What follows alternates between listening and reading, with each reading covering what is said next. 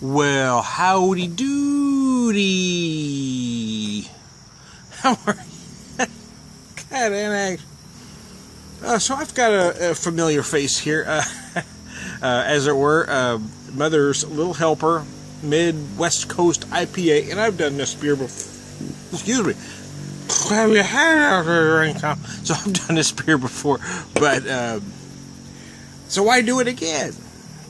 Damn, Tom, is this the redundancy department of redundancy? Yes, it just where it will may very well be. Anyway, no, they just start putting it in Kansas, and they're blonde. They're Towhead American Blonde Ale. Man, I cannot speak. American Blonde Ale. Good gravy. Okay.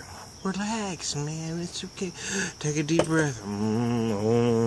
Anyways, I digress. Num yo ho and get yo. Anyway, we'll chat a little bit. Anyways, bitch. Serenity now. Relax. Okay.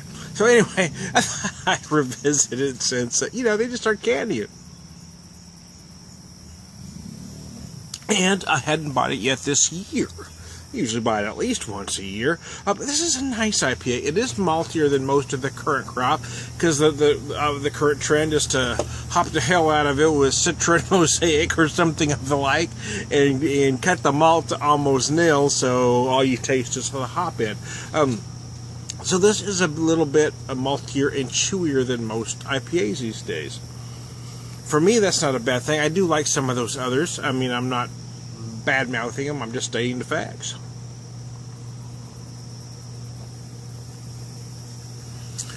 Oh, yeah, but sometimes it is nice, I gotta say, to drink an IPA that really is put together with us, balanced, that does everything right.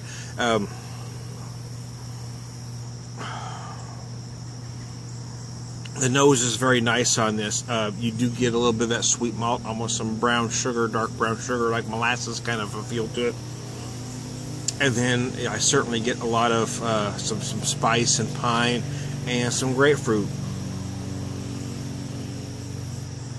And as I take a drinky, I get a lot of the same. Again, at first I get some of that big, almost molasses kind of like a dark brown sugar sweetness, and then it breaks away to, it just kind of gets cleaned up by the hoppage there, which is early on I get some nice spice, some peppery notes. That gives away to the pine and the grapefruit. Then it kind of turns back around and goes back to those spicy notes right at the very end. Mother's is my hometown brewery, so I am a fan. I've been a fan since they first started. I've been buying their stuff since the very beginning. I've been, singing their praises, shouting from the rooftops, telling all my friends about them, doing beer trades, so my friends out of state that can't get these will be able to try them and see how wonderful they are. Maybe make a trip out here to support the brewery. And I think we all need to do that with our local breweries, man. I've got Mother's here. White River is a relatively new one. Springfield Brewing Company is my brew pub that's been around for a while. Core Brewery, just out of Springdale, Arkansas, recently started canning and has moved some of their beers to my market, so that's very nice. I visited their brewery last year, so I mean it does help, to get the word out on these breweries to support your local and get it out to your friends so they can try it too.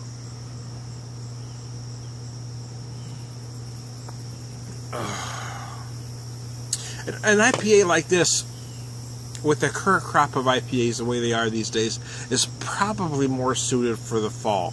But I gotta tell you, I mean, I am feeling it right now. I mean, I do like what they've done here. So it does work for me, even on a middle of the summer day for me, especially as we kind of wind down into evening here, as the sun starts to fade away.